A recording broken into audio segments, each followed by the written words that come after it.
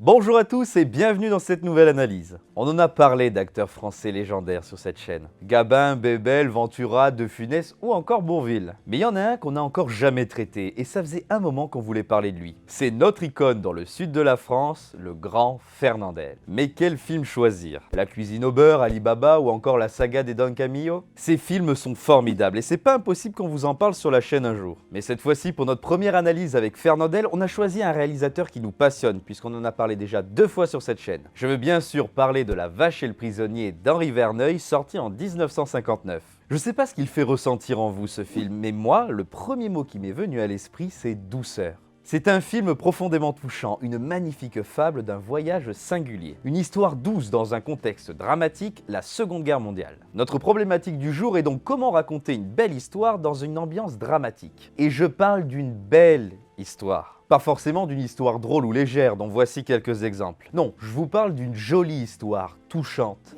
Ça ne veut pas dire que le film avec Fernandel n'est pas drôle, non, mais à mon sens, ce n'est pas le qualificatif principal. Bref, comment La Vache et le Prisonnier réussit-elle à être une belle histoire dans un contexte compliqué? Quels sont les mécanismes de réalisation? Quels sont les partis pris des artistes? C'est tout de suite, mais avant ça, petit résumé du film.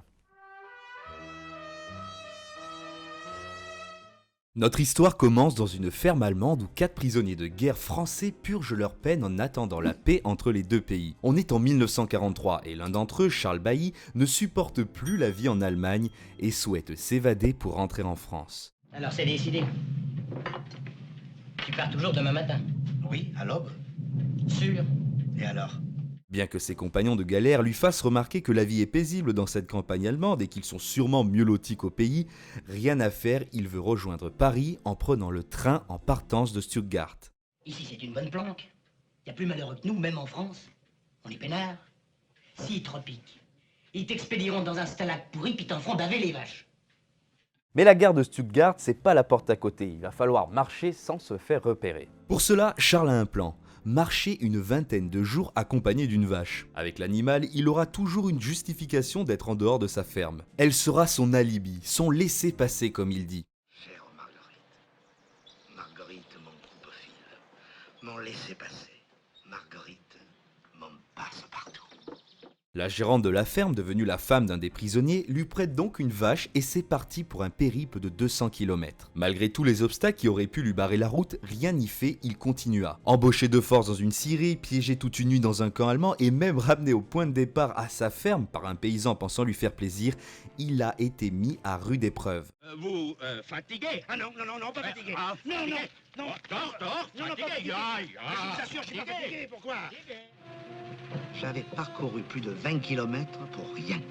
On me ramenait au point de départ. Cigarette? Dankeschön. Mais grâce à son courage et à sa vache baptisée Marguerite, il ne lâcha rien et arriva enfin en gare de Stuttgart. C'est le moment d'une des plus belles scènes du film, lorsqu'il se sépare de Marguerite. Comme il le dit si bien, jamais je n'aurais cru qu'on pouvait s'attacher à une vache. Adieu. Adieu.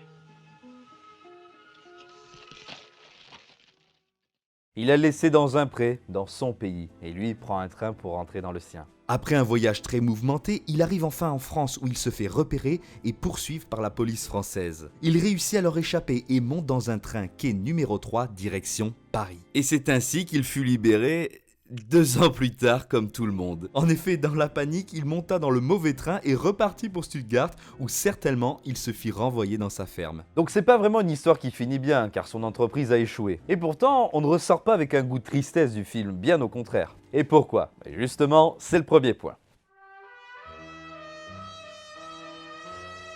L'écriture du scénario est très habile puisqu'elle prend le parti de faire raconter l'histoire par le protagoniste lui-même. Charles Bailly est donc le narrateur de l'histoire, il va nous conter son périple avec ses mots et ses sensations. Pour que le spectateur ait toutes les clés de l'histoire, le scénario met Charles dans diverses situations qui peuvent paraître anecdotiques mais qui servent au récit. Par exemple, Charles est ramené à la ferme par son voisin le paysan allemand. Scénaristiquement, ça ressemble vraiment à une erreur car on peut avoir l'impression que tout ce qui s'est passé depuis son départ de la ferme jusqu'à son retour n'a servi à rien. Mais en faisant revenir le protagoniste au point de départ, il peut assister à l'arrivée des Allemands qui viennent servir suite au départ du prisonnier. Vous êtes soldat? Ne l'oubliez jamais. Pour commencer, sanction numéro 1. À partir d'aujourd'hui, vous coucherez au stalag. Ce retour a donc été utile au spectateur puisqu'il en connaît plus sur l'histoire. Il y voit les répercussions du départ de Bailly et même l'état d'esprit des autres prisonniers. L'un des pièges quand on fait raconter un récit par l'un des personnages, c'est qu'on connaît peu de l'histoire car on voit que par son regard. Là, Verneuil, qui a adapté avec le dialoguiste Henri Janson l'œuvre de Jacques-Antoine, fait une masterclass de scénario en offrant la possibilité à son public de connaître le plus d'éléments de cette histoire. Avoir un personnage narrateur est un immense avantage qui répond d'ailleurs un peu à notre problématique puisqu'on s'attache terriblement à lui. On est dans un contexte terrible, on parle quand même d'un prisonnier en cavale qui part retrouver sa femme. J'en ai qu'une, moi, de femme. Et je veux la voir vieillir. Gentiment, doucement, au jour le jour, et près de moi.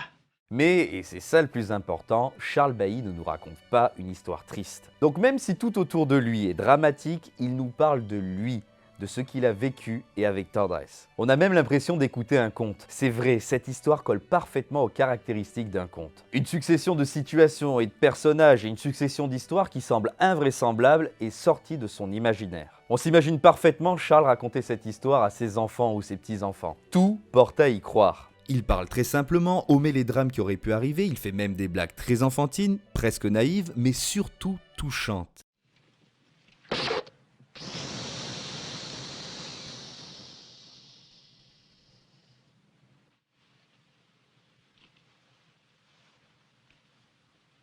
Il fait même quelques jeux de mots compréhensibles par des enfants. Par exemple, quand il perd Marguerite et qu'il l'a retrouvée dans un champ rempli de vaches, il dit Oh, un vrai champ de Marguerite. En plus, il est dit lui-même dans le film, il raconte bien les histoires. 2 amis, 2 copains. La vache me nourrira, si j'ai faim. Et si elle s'ennuie, je lui raconterai des histoires drôles. Si on veut trop analyser, ce qui est jamais très bon, cette histoire peut même être fantasmée par un Charles Bailly vieillissant et qui oublie son passé. On pourrait croire qu'il raconte à des plus jeunes cette histoire invraisemblable, un récit qu'il n'a jamais vécu, qui est imaginé. C'est tiré par les cheveux, je vous l'accorde, mais c'est ça que j'aime dans ce film, on peut partir loin dans l'interprétation. Une chose importante aussi, son ton n'est pas triste, toujours rempli d'espoir. Mais ça, on en parle plus en détail dans la 3e partie. On parle beaucoup de Charles Bailly, forcément, mais il y a un personnage qu'on nommait un petit peu dans cette partie, Marguerite. Et pourtant, leur relation est l'une des plus belles histoires d'amitié que j'ai vues. Elle est importante pour adoucir le récit. Dis donc, c'est une bonne vache, ta vache. Ah, c'est mieux que ça. Marguerite, c'est une bonne copine. Et pourtant, au début, c'était juste une vache qu'il avait promis de rembourser à sa propriétaire. Et pourtant, cet animal qui était à la base un alibi, une raison pour s'échapper, devient au fil du récit un personnage à part entière, un compagnon de voyage. Marguerite était bien courageuse. Oh, sans elle, je crois bien que j'aurais abandonné. C'est touchant, il se met même à lui parler comme à un humain. Alors, on a rencontré quelques petites copines? Oui, je sais ce que c'est. On parle, on bavarde, on papote, hein? Cancanière, va. Et comme à un enfant après, lors de la scène du taureau où il s'inquiète pour sa fille en train de se faire courtiser par des jeunes hommes. Marguerite, laisse ce jeune homme. Tu le connais même pas. Cette scène est pour moi la parfaite synthèse du film, très drôle et attachante. S'en vient même la peur de la perdre, puis la joie de la retrouver. La direction d'acteur a été excellente puisque le regard de Fernandel envers Marguerite évolue tout au long du récit. Cette relation d'amitié adoucit le récit, adoucit Charles qui devait être dans une tension palpable avec la peur d'être attrapé. Et on ne peut pas ne pas parler d'une des phrases les plus belles du long métrage. Écoute, Marguerite, je vais te jurer quelque chose. Tu peux me croire, je te jure que jamais plus je mangerai du veau.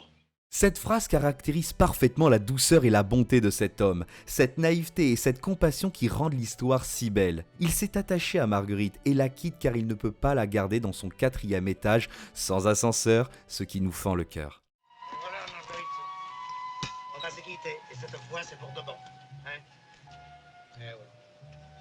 Pour vous livrer une anecdote qui va avec le ton du film, la vache devait être emmenée à l'abattoir après le film, mais Verneuil s'y est opposé et elle a coulé des jours heureux dans une ferme en Normandie. On a beaucoup parlé de Charles, mais peu de Fernandel. Il est magistral, comme d'habitude. Son accent, ses mimiques, il nous livre là un peu de ses plus beaux rôles. Un rôle pour lequel il s'investit à fond puisqu'il a réellement traversé plus de 200 km pour le tournage en Allemagne. Mais justement, parlons un peu plus de lui dans la 3e partie, car nous allons évoquer le ressenti global qui nous aide à répondre à notre problématique.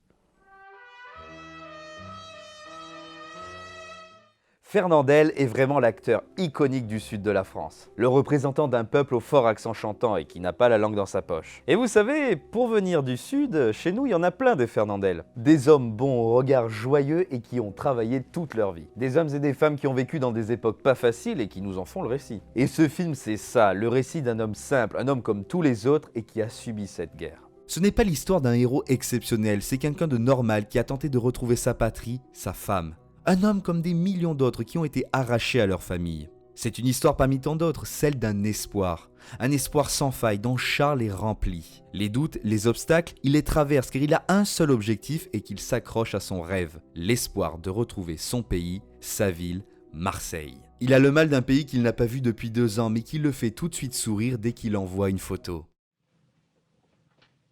Marseille. Ça alors. C'est chez moi ça. Chez vous? Oui, je suis né dans ce coin-là. C'est très bien, vous savez.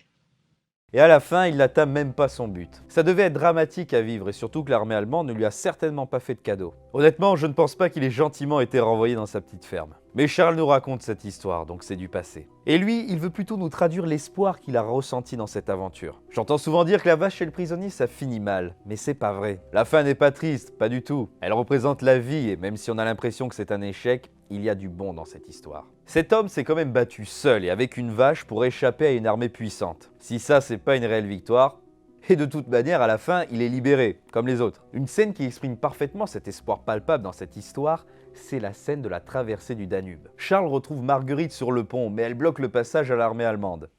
Marguerite, recule. Il y a du monde qui arrive. Et ça, il rigole pas. Hein. Allez, allez, Marguerite. Cavalial. Il n'arrive pas à faire déplacer la bête et les Allemands vont donc lui laisser le passage. Comme un symbole de cet espoir, la vache et le prisonnier escortés par l'armée allemande sur le pont.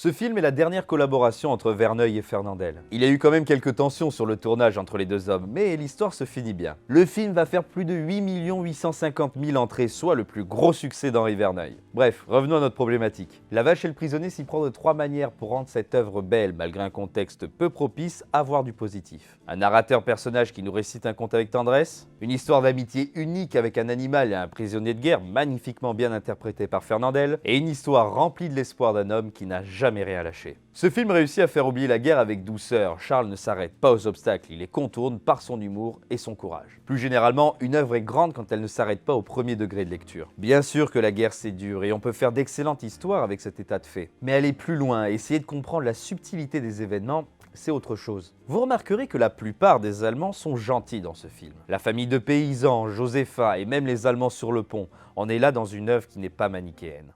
Il vous souhaite un bon retour et il vous dit de ne pas vous perdre en route. Oh, soyez tranquille. Je connais le chemin, je sais où je vais. Das ist ein französischer Kriegsgefangener. Auf der Flucht.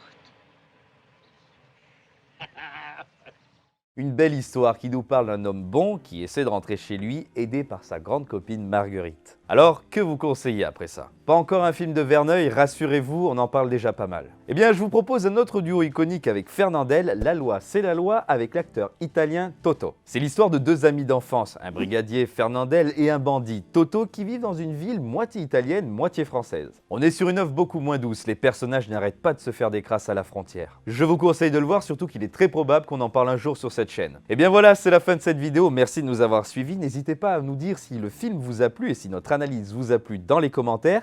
N'hésitez pas également à nous suivre sur nos réseaux sociaux, Facebook, Instagram, Twitter, à jeter un œil à notre Tipeee, ça nous aide grandement à développer la chaîne. Et quant à moi, il ne me reste plus qu'à vous dire merci de nous avoir suivis et à très bientôt sur la 7e production. Salut!